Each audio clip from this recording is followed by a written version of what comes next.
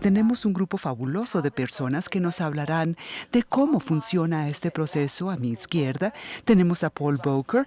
Él es el director de Nestlé, un gigante empresarial que ha participado en los objetivos del desarrollo sostenible, y también tenemos a una luminaria del Banco Mundial y que ahora está trabajando en el mundo financiero privado y es gerente de un grupo de gestión de activos en Washington. Tenemos al doctor Lin, que proviene de la China y juega un papel protagónico en todo el tema energético, y espero decir bien el nombre de la empresa que dirige, que es uno de los gigantes de la empresa de energía. A mi derecha tenemos el presidente Santos de Colombia, que ha participado activamente en sacar adelante los objetivos de desarrollo sostenible y está promoviendo los tanto a nivel nacional como internacional. Entonces yo quisiera empezar con usted, presidente Santos. Perdón, le iba a decir profesor. Sí, pero a eso me voy a dedicar después de ser presidente. Sí, creo que usted ya tiene su maestría y tiene doctorado. No, todavía no, todavía no. Pues bien, presidente, el presidente, quisiera empezar por preguntarle o pedirle que nos hable de cómo ve los objetivos de desarrollo sostenible y cómo se diferencian de los objetivos de desarrollo del milenio y el trabajo que está haciendo para promoverlos. Cuando nosotros pensamos por los objetivos de desarrollo sostenible por primera vez y que se propusieron en la cumbre de Río del 2012 por primera vez, en ese momento se tenían una serie de objetivos que eran para los países avanzados y desarrollados para combatir la pobreza. Y nosotros pensamos en ese momento que eso no era suficiente, que el mundo es uno solo, todos tenían que estar a bordo y los países desarrollados también tienen que participar. O sea que empezamos a ver cómo vincular, cómo enlazar la pobreza con el medio ambiente, y de allí provienen los ODS. ¿Por qué 17 Objetivos de Desarrollo Sostenible? Fue el resultado de toda una transacción. Discutimos cuántos serían los objetivos viables, convenientes, y terminamos con 17, con 164 subtemas. Y usted comentó algo muy importante, Paul Borg. Esto lo hemos hablado en el pasado usted y yo, y es ver cómo de ahora adelante podemos asegurarnos que los podemos operativizar. Ese es un gran desafío. En nuestro caso, en Colombia, sí estamos muy comprometidos con los objetivos de desarrollo sostenible. Fuimos el primer país en incorporarlo en nuestra legislación. Son ley y por ley debemos cumplir esos objetivos. Pero eso no basta. Tenemos que incorporar al sector privado, y para cada uno de los objetivos, es decir, estos 164 puntos tienen un plan específico desarrollado de la mano con el sector privado, y tenemos también objetivos intermedios para alcanzarlos todos gradualmente. O sea que se trata de un proceso que va de la mano con el sector privado. Es muy práctico, porque si uno quiere alcanzar esos objetivos, pues uno tiene que ser práctico, y el gran desafío en este momento es sacarlos adelante. Y esa es la forma como surgieron los objetivos de desarrollo sostenible, y la gran meta en este momento es hacer que funcionen y alcanzar los objetivos. O sea que usted tiene 164 fuerzas de tarea distintas, ¿es lo que nos está diciendo? Bueno, sí, nosotros sí tenemos un procedimiento interno, todo gobierno tiene su manera de ocuparse de este problema, pero nosotros tenemos como un subgabinete, esta es una instancia, un nivel donde se aprueba la política y genera un documento muy voluminoso especial para los objetivos de desarrollo sostenible que ya están incorporados en la legislación, y eso obliga a las distintas entidades del gobierno a trabajar en cada uno de esos 164. Y en este momento estamos en el proceso de invitar al sector privado cada uno de esos ítems. A ver, debería pedirle que nos recitara los 164 sub-ítems, no me tocaría sacar el computador. Pues yo creo que eso es un ejercicio logístico monumental y es sorprendente que ustedes ya tengan un sistema estructurado para hacerlo. Y siento curiosidad de saber qué otros países tienen ese nivel de organización y compromiso en este momento. Lo lamento, pero no muchos. Nosotros en Naciones Unidas hemos seguido muy de cerca el proceso y de hecho le hemos pedido a los países que compartan con nosotros nuestra experiencia y nosotros compartimos la nuestra. Pero hay muchos otros países que sí se están subiendo a este tren, porque se trata de una herramienta muy útil para todo país, especialmente los países emergentes, porque es una forma de controlar y estimular el desarrollo. Exactamente, sí. Pues los checklists son muy buenos y una de las grandes cosas de los objetivos de desarrollo sostenible son un referente y un marco para que todos hablemos un mismo idioma. Pero yo quisiera pedirle a usted que nos explique algunas de las diferencias entre los objetivos de desarrollo sostenible y los del milenio, y es la participación del sector privado con un papel protagónico. Usted tiene un checklist de 164 puntos para hacerle seguimiento a estos objetivos, o cómo está participando el sector privado en la implementación de estos objetivos de desarrollo sostenible. Pues nosotros sí tenemos algunos, pero creo que no tenemos un papel protagónico, pero sí tenemos un papel que jugar, y yo creo que se ha escogido una palabra que no es la más indicada, porque lo que necesitamos son hitos para ver cómo estamos desarrollando y cómo estamos creciendo, porque estos objetivos son más una ambición. Y quiero aclarar ese punto. Ahora, sí es un marco fantástico que ayuda a converger muchísimas acciones, y yo diría que el problema está en el título del foro, que es crear un futuro compartido en un mundo fracturado. Y yo diría que la principal complejidad de lo que queremos hacer, que es desarrollo más sostenibilidad y cambio climático, son tan grandes que de hecho uno tiene que hacer lo que dijo el presidente Santos, y es desagregar estas grandes ambiciones en dimensiones que se puedan ejecutar. Y nosotros como empresas sí podemos actuar, porque nosotros sí tenemos toda suerte de actividades y cadenas de abastecimiento, pero tenemos que enmarcar nuestras ambiciones como empresa de manera tal que todo lo que hagamos nos permita establecer un vínculo positivo con la sociedad, y eso es lo que nosotros llamamos internamente en Nestlé como crear valor compartido. O sea que hay que crear valor compartido para los accionistas, porque eso es nuestra subsistencia, pero también tenemos que combinar nuestras acciones con acciones positivas para la sociedad, y eso es lo que nosotros hemos incorporado en los objetivos de desarrollo sostenible, porque son nuestro marco interno de cómo interactuar con la sociedad en todo lo que hacemos, sean con los campesinos, y tenemos muchos ejemplos, Colombia incluida, porque hemos estado trabajando directamente con el presidente Santos en temas como el café y muchos otros.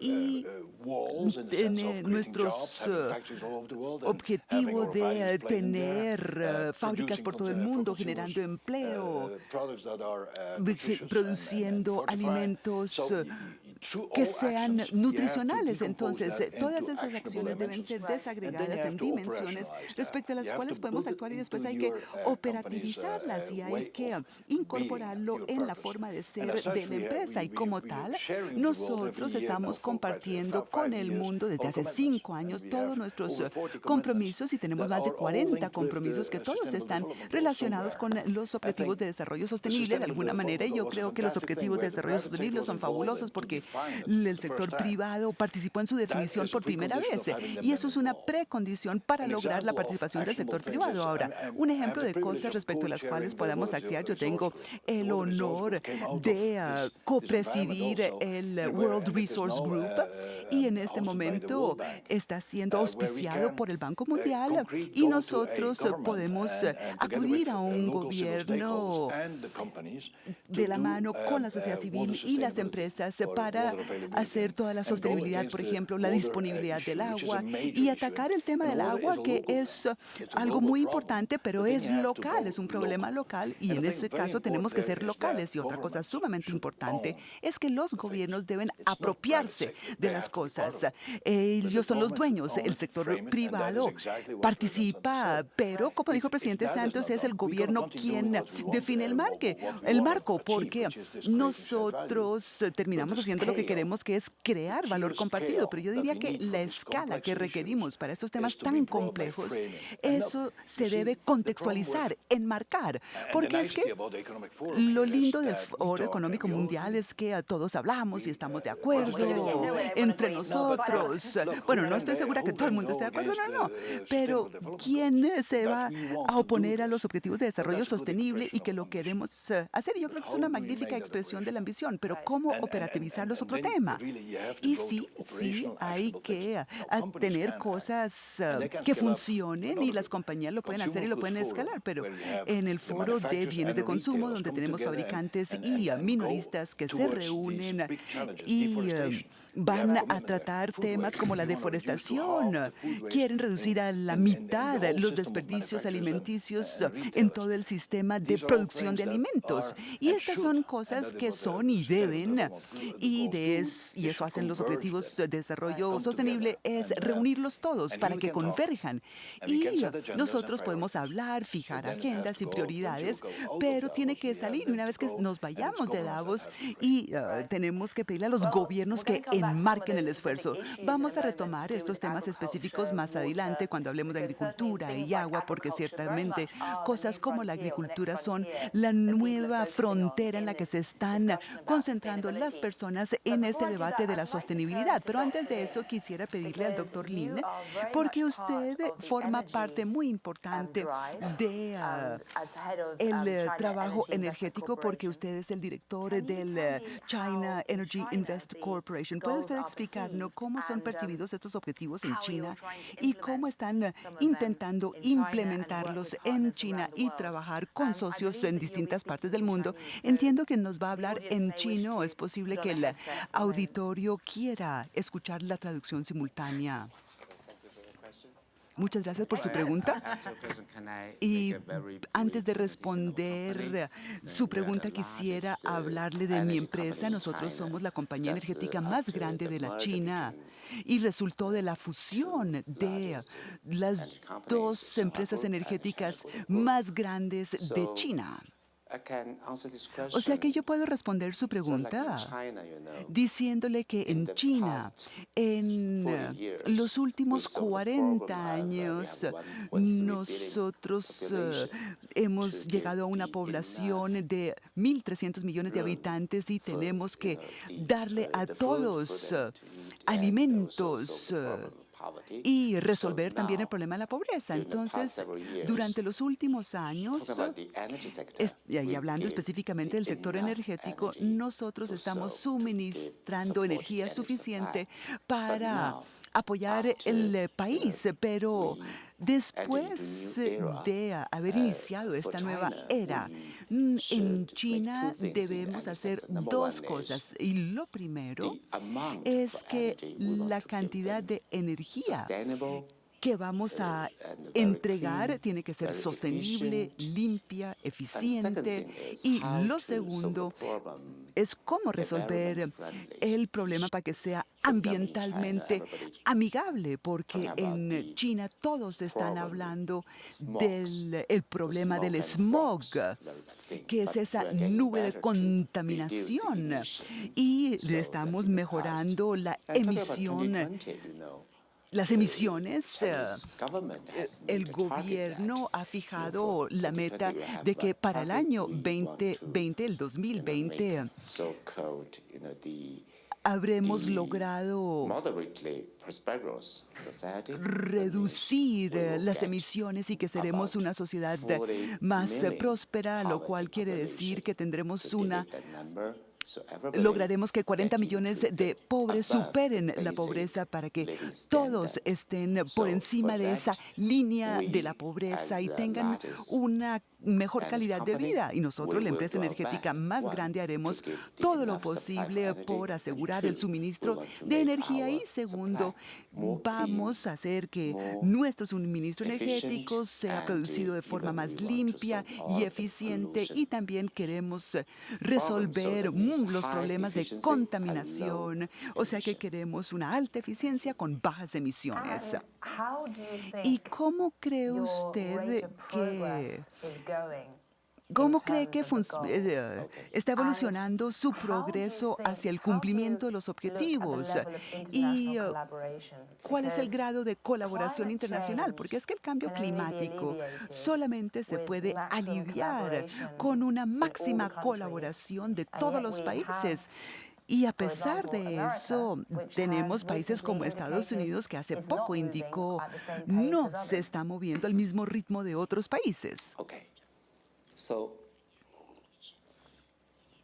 now, can I say Si in one me word, we lo need collaboration. permite, So, yo quisiera about the, resumirlo en una palabra. climate Necesitamos change, colaboración en materia first, de we cambio have done a climático. lot Porque in this area. nosotros For hemos example, hecho we mucho en este have campo. made the Por first ejemplo, CCS lo hemos facilities, carbon capture and storage, convertido and en we una have already instalación de made captación the injection y of almacenamiento CO2 de more than carbono, y se está haciendo 300,000 la tons inyección de into the earth. CO2 So we have the technique. a la tierra, se está But, enterrando. O sea it que sí cannot be tenemos a una good técnica, pero la business model verdad because es que we no es un cannot buen get modelo the money de back. negocios, porque no So hemos how logrado to solve the recuperar problem? la inversión. We have Entonces, two ways. ¿cómo One resolver el is problema? we make Tenemos dos formas. CCUS, Tener utilization. CCUS. Instead of En water, we vez can de help agua, the podemos oil production, ayudar and also a la we extracción can de find some hidrocarburos, y way también to podemos encontrar share la CO2 manera to de the cambiar el resources we CO2 can por utilize. So that's otros recursos que two podríamos utilizar. routes. O sea So que we esos want serían to dos have the rutas, y international collaboration. nosotros And sí actually, necesitamos before, we have a lot of colaboración, pero de international hecho, collaboration with antes the de la universities, with the colaboración laboratories, with internacional, other hemos large trabajado con companies nuestras universidades, in laboratorios, Europe otras and the grandes States. empresas, So in tanto future, we europeas como think, really americanas. think, the Y climate nosotros change sí is estamos not a convencidos pure que el cambio climático commercial no es question. It un should be tema human netamente beings comercial, is our, sino que los common seres humanos social responsibilities. So we will do our best somos to quienes have this tenemos kind of que collaboration. hacer todo lo posible por lograr este tipo de colaboración. Ustedes también tienen una perspectiva muy interesante, porque usted solía trabajar en el Banco Mundial y ahora está en el mundo financiero del sector privado como gerente de un fondo de gestión de activos, y yo diría que la comunidad financiera fue muy cínica respecto de los objetivos de desarrollo sostenible. ¿Cómo ve usted los Sprint 2020? ¿Usted cree que se está alcanzando algún progreso? Yo creo que nos encontramos en una coyuntura muy interesante, porque si usted me hubiera hecho esa misma pregunta hace 6 o 12 meses, habría dicho cínico, no interesada, se mueve muy lentamente. Y voy a repetir lo que dijo el presidente hace un momento sobre el nivel gubernamental. Y lo que estamos viendo hoy es a los consumidores, que son milenios, y son muchachos universitarios y jóvenes que están presionando a las compañías, a las entidades financieras a través de sus ahorros, y vamos a ver una de las mayores transferencias de ahorros de una generación a otra en los próximos 10 años. Y ellos realmente están presionando en favor de los objetivos de desarrollo sostenible, en la medida en que los entienden. Es posible que no entiendan los 164 subpuntos, pero sí entienden las grandes categorías y pueden, de hecho, movilizar al sector financiero. ¿Y qué estoy diciendo? Yo estoy diciendo que 130 cuatrillones de dólares se administran en diferentes países emergentes, y eso es un gran volumen de activos, y cada año se suman 3 cuatrillones, y ese es el monto del que estamos hablando si realmente queremos implementar los ODS. Pero donde yo difiero pero es que yo sí creo que existen sí, son referentes, sí son objetivos estos ODS, pero a la vez son una necesidad, porque cuando va a Beijing, uno no solamente mira los objetivos de desarrollo sostenible y el cambio climático. Lo que pasa es que si uno quiere salir a la calle y respirar y quiere que sus hijos no mueran por la contaminación, pues necesita aire limpio. Y yo creo que todas estas cosas son cosas que el sector financiero está considerando como un buen negocio, porque si lo miramos desde la perspectiva del sector financiero netamente y tomemos un mercado emergente, la mayor tasa de crecimiento será en el sector de consumo. 1.4 mil millones de nuevos consumidores serán añadidos a esa clase media. O sea que no importa que uno esté en Nestlé o sea presidente de un país o de una empresa o asegurarse que la gente tenga suministro energético, uno tiene que asegurarse de alimentar todas esas necesidades a través del sector financiero. Además, en el pasado, el sector financiero, como usted bien dijo, la gente pensaba que la palabra ODS o impacto tenía el significado de retornos negativos. Hoy la gente sabe que si uno invierte en energía solar o eólica es un buen negocio. Reemplazar el carbón con gas natural, utilizar energías solares son buenas ideas comerciales. Y yo diría que esta es una de las áreas de mayor crecimiento en cualquier parte del mundo. Y si lo miramos a 2, 5, 7, 10 años, vemos que el crecimiento del sector salud en los mercados emergentes es superior al de otros sectores. Hablamos de la tecnología, las disrupciones que se están dando y que van a cambiar muchas cosas, pero yo sí estoy convencida que tenemos que marchar más rápido que lento en la implementación de los objetivos, y yo creo que una sola compañía no puede ir tras los 17, sino más bien escoger los que más le atañen y especificar áreas concretas. Y eso es lo que yo estoy viendo en el sector financiero. La gente está tomando las cosas que le importan, en las que se involucran, y gradual y lentamente lo están cambiando. Lo que hace falta es información. O sea que si están interesados en invertir en agua, en salud o en energía, ¿cómo encuentro los mejores proyectos? Ese es un punto muy importante. A ver, me complace mucho oírla decir lo que acaba de decir, porque cuando concebimos los ODS y los pensamos, creíamos que el objetivo fundamental era cambiar el modo de pensar, el comportamiento, y lo que usted está diciendo sobre los jóvenes presionando. Tal vez no conocen todos los ODS, pero sí están presionando algunos objetivos, y yo creo que esa es una meta muy importante para el mundo entero, porque es que las ODS se desarrollaron para eso, para cambiar comportamientos, y creo que está empezando a funcionar, y eso me parece sumamente importante, y yo estoy totalmente de acuerdo. Yo digo que en mi cargo como directora del Financial Times, yo superviso la operación en Estados Unidos del Financial Times, y una de las cosas que hemos observado de nuestros lectores es un gran surgimiento en el interés en todos los artículos sobre las inversiones con gran impacto, y cuando sacamos artículos de ese tipo tenemos muchos lectores, y yo quisiera hacer eco de lo que usted dijo, y es que la generación de milenios que están próximos a heredar grandes sumas de dinero en los próximos 10, 12 años tienen una concepción muy distinta de la inversión, y sí están interesados en fusionar los objetivos sociales con la inversión financiera. Y si ese deseo a durar y perdurar en épocas en que los mercados no son tan exuberantes, pues no sé, pero por ahora eso sí forma parte del marco. Por eso creo que es cuestión de que los objetivos de desarrollo sostenible realmente están generando esto. Pero me da curiosidad saber, cuando usted oye a la gente hablar de impact investing, inversión de impacto, ¿eso lo hace cínico? No, yo creo que la presión, y yo lo llamo presión, ¿no? Proviene de fuera, proviene de los consumidores que están empezando a hacer preguntas. Tenemos el síndrome de los milenios, también tenemos inversionistas, o sea que la presión externa está creciendo, pero no vamos a llegar a eso por las presiones externas, sino por convicción, por creencia y por la presión interna dentro de las empresas mismas, porque seamos francos, existe una gran brecha entre hablar, entre intenciones, lo que es políticamente correcto, y los hechos, y los comportamientos. Los comportamientos, de verdad, yo creo que hay que tender un puente, y eso ciertamente está cambiando y está generando esta presión externa, una mayor contextualización.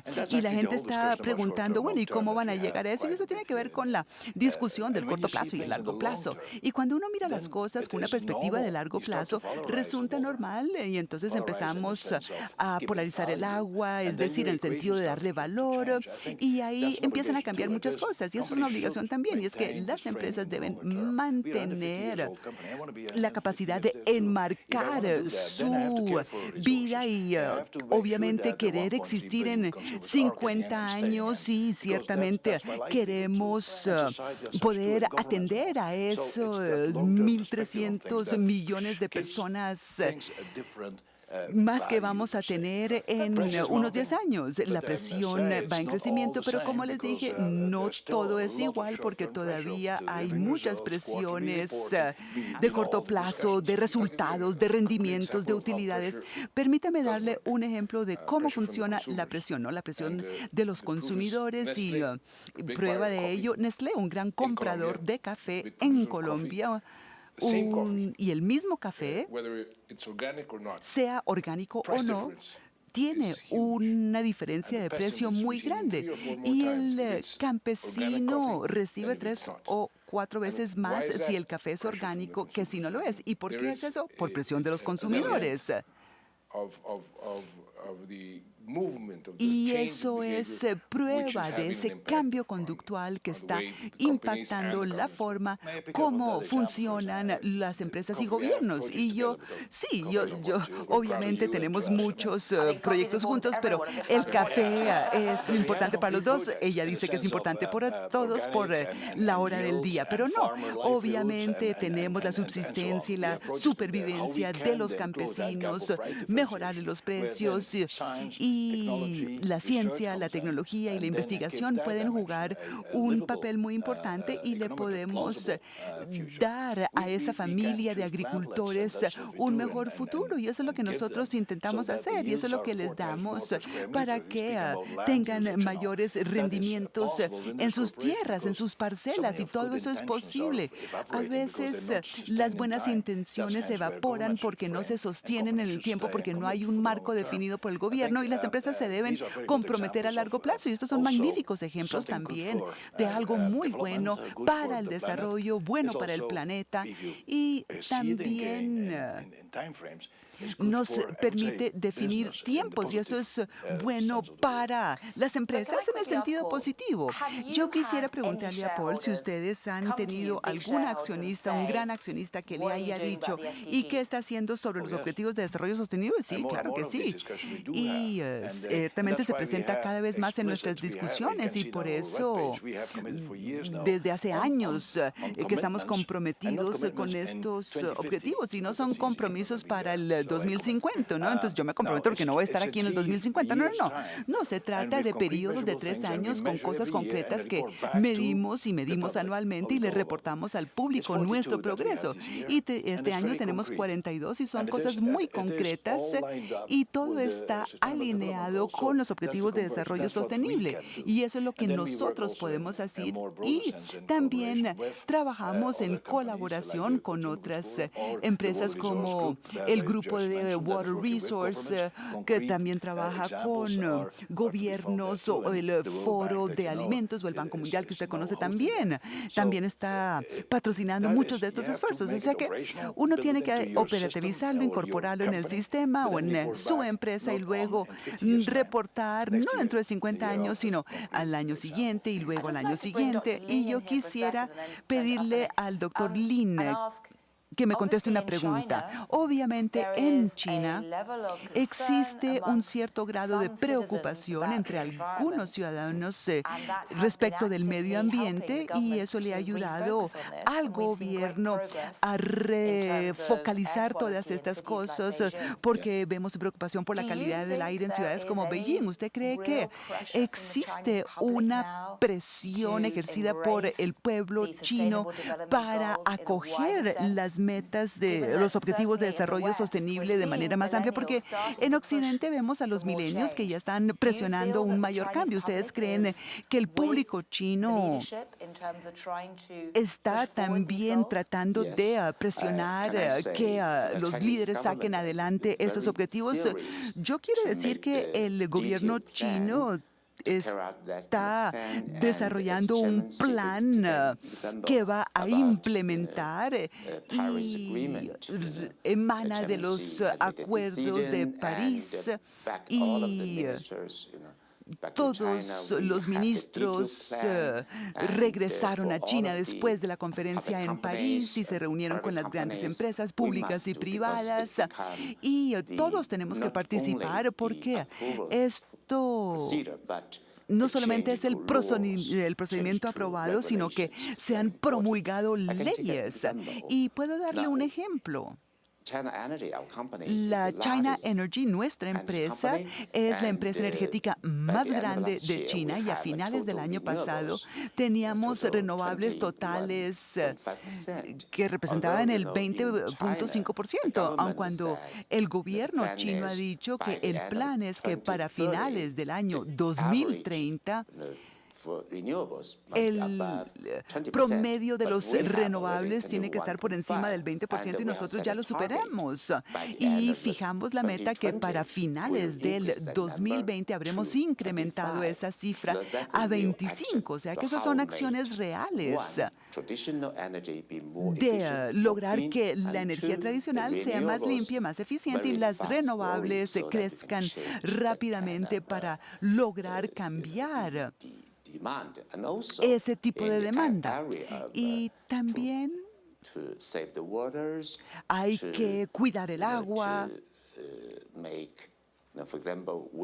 Nosotros, mejor dicho, una gran cantidad de la energía se produce no con gas, sino con turbinas a carbón. Y nosotros, como empresa, tenemos que aplicar unos estándares que sí nos permiten quemar carbón, pero lo hacemos de una forma más limpia que si estuviésemos quemando gas. No resisto la tentación de decir lo siguiente. No, sigue tú. No, por favor, señor presidente. Colombia es el país más rico por kilómetro cuadrado en términos de biodiversidad y somos uno de los países más vulnerables por el efecto del cambio climático. Yo soy el presidente de Colombia y yo digo Colombia primero. No sé, eso es como un tema muy familiar en la escena internacional. No. Todo jefe de Estado quiere que su país haga lo mejor posible, pero en esta discusión, Colombia primero significa que tenemos que colaborar con el resto del mundo. Y le voy a dar un ejemplo concreto de algo que está sucediendo hoy. Nosotros estamos procurando promover la protección del corredor de AAA, Amazonía, Atlántico y los Andes. Hace una semana estuve allí y nosotros necesitamos la colaboración de Brasil, Ecuador, Perú y todos los países que forman parte de ese corredor. Y si no colaboran, pues Colombia no puede hacer nada por sí sola. Y esto es algo que es sumamente importante y es algo que debe ser global y todos tenemos que participar. Uno no puede decir, es que yo lo voy a hacer porque está en mi interés propio resguardar, salvar mi poco de agua o mi pedacito de selva, porque eso eso no rendiría mucho fruto. Ahora bien, como le dije anteriormente, sí tenemos hoy una situación donde la economía más grande del mundo, Estados Unidos, parece estar tibio en el mejor de los casos de acoger esta iniciativa sobre el cambio climático, al menos a nivel federal, pues ciertamente no a nivel ni estatal ni municipal. Pero ¿qué tan fuerte es este golpe contra los esfuerzos de implementar los objetivos de desarrollo sostenible, el que Estados Unidos ha sido bastante tibio en su apoyo de estos objetivos de desarrollo sostenible? ¿Alguno quisiera comentar?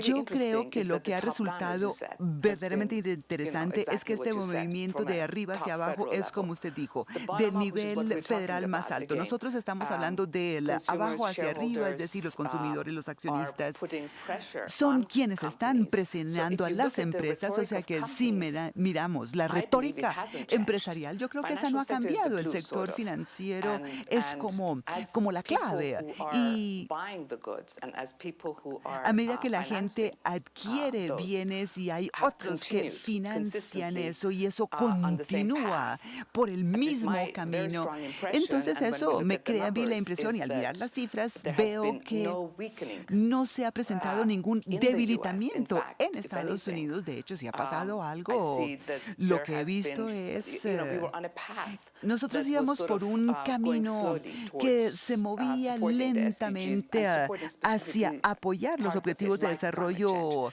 sostenible y apoyar ciertos aspectos como el cambio climático, mientras que en el último año ese interés es mucho más alto y las fundaciones en las que yo participo en sus juntas han estado hablando mucho de estos temas. En la Ford Foundation se asignaron $1,000 millones a la inversión sostenible. El Resource Institute mira su endowment de manera muy amplia y ahora cambiamos la gestión de ese endowment. O sea que sí, se han visto unos cambios muy importantes. O sea que este cambio climático ha generado toda suerte de reacciones. Sí, yo creo que esas fuerzas de arriba hacia abajo son muy importantes, pero la fuerza de arriba hacia abajo también es igualmente importante que la de abajo hacia arriba. Doctor Lin. Debemos recordar que las dos principales economías, Estados Unidos y China, somos quienes aprobamos el Acuerdo de París y lo aprobaron Obama y Chairman Xi el año pasado. Pero desde la perspectiva china, yo sí puedo decir primero que no se puede ejercer ningún tipo de influencia sobre eso, porque es que todas las empresas tienen que ejecutar y cumplir la ley. Y la política del gobierno en apoyo de el cambio climático, para proteger el ambiente, por ejemplo, la tarifa solar PV, se definió una política tarifaria. Y tercero, todas las entidades financieras, el sector bancario, siguen el mismo rumbo, que es apoyar este tipo de política. Entonces, yo sí estoy convencido que en China estamos haciendo las mismas cosas. No importa cómo lo estén haciendo en otros países. Nosotros hacemos lo mismo porque el presidente sí ha tomado una decisión y todas las empresas tienen que cumplir. Y yo sí creo que en China no va a haber ningún tipo de influencia. Claro, allá hay implementación de arriba hacia abajo.